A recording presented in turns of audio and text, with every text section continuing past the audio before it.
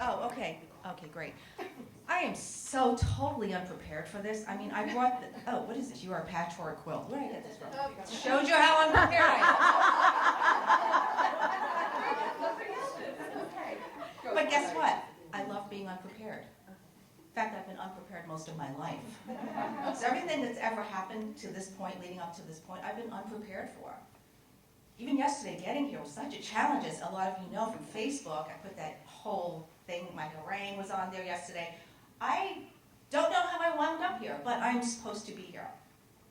Hell or high water, I am here. And I know that there's a message to be said and things to learn this weekend and a teaching moment. So what is my teaching moment here? Okay, my teaching moment is being unprepared in life is one of the greatest blessings because it opens you up for what you don't know. Many of us, anybody in here guilty of perhaps overthinking from time to time? Oh my God, living inside your head, that is a big no-no, but we all do it. Men and women, we all do it. And that's probably the greatest detriment that you can do for yourself, especially if you're trying to teach other people. There's such peace and zen, Francois, as you know, in living outside your head and just appreciating everything around you. So what got me here was acceptance and knowing that it's not my plan to be here. It's God's plan, obviously. So I missed the bus, and it was a beautiful thing. But I was stressing out every step of the way. I was blaming everything, all the factors. Why is he late? Why is the Uber guy late? Why didn't I get up earlier? Why did I have to pack so much? Every excuse was thrown out into the universe.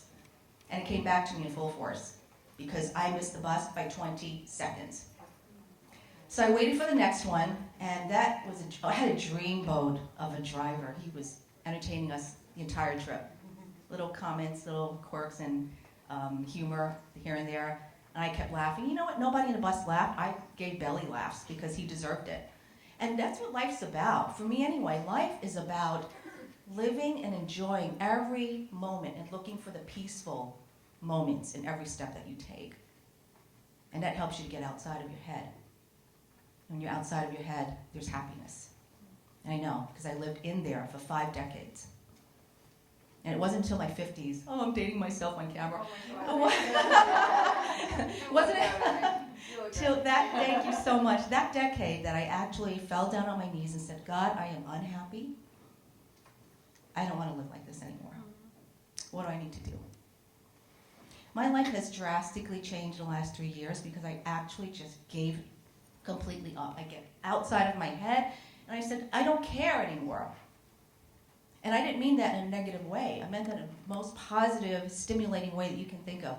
Getting outside of your head, again, I keep going back to that, is there's such peace in that.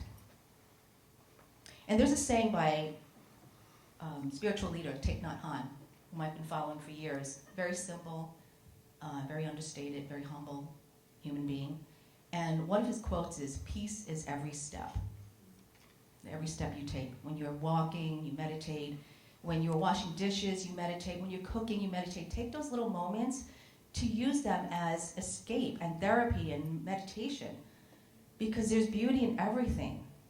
And if you can find that beauty in life and find peace inside of yourself, you found all you ever need. And when that happens, the doors start opening wide. Your life changes, completely transforms. And quickly getting back to not being prepared, I developed a technique called the improv method, utilizing principles from acting and living every day and being mindful every moment. Because if you're up against something, you're walking in the street, someone starts to accost you, and you feel that. You're an intuitive person. You will feel that. You feel harm coming in your way. And what is your normal reaction? Do you cower? Do you fight back? Do you run? Do you scream? We don't know until we're pushed to that degree. If I asked each one of you, could you tell me how you would react? Maybe you've been up against that before, maybe you haven't. But there is going to be a reaction. So this method teaches you and helps you to engage those faculties in your mind, which stems from the amygdala. And in our right amygdala, which is almond-shaped, it's implanted somewhere between the top of your head and the side of your brain We have a left and a right, and in the right side, the right amygdala contains every emotion you've ever had in your past life that creates the flight or fight response. And I learned that. And combining spirituality with science has helped me greatly, because now I realize that when you apply that, it's common sense.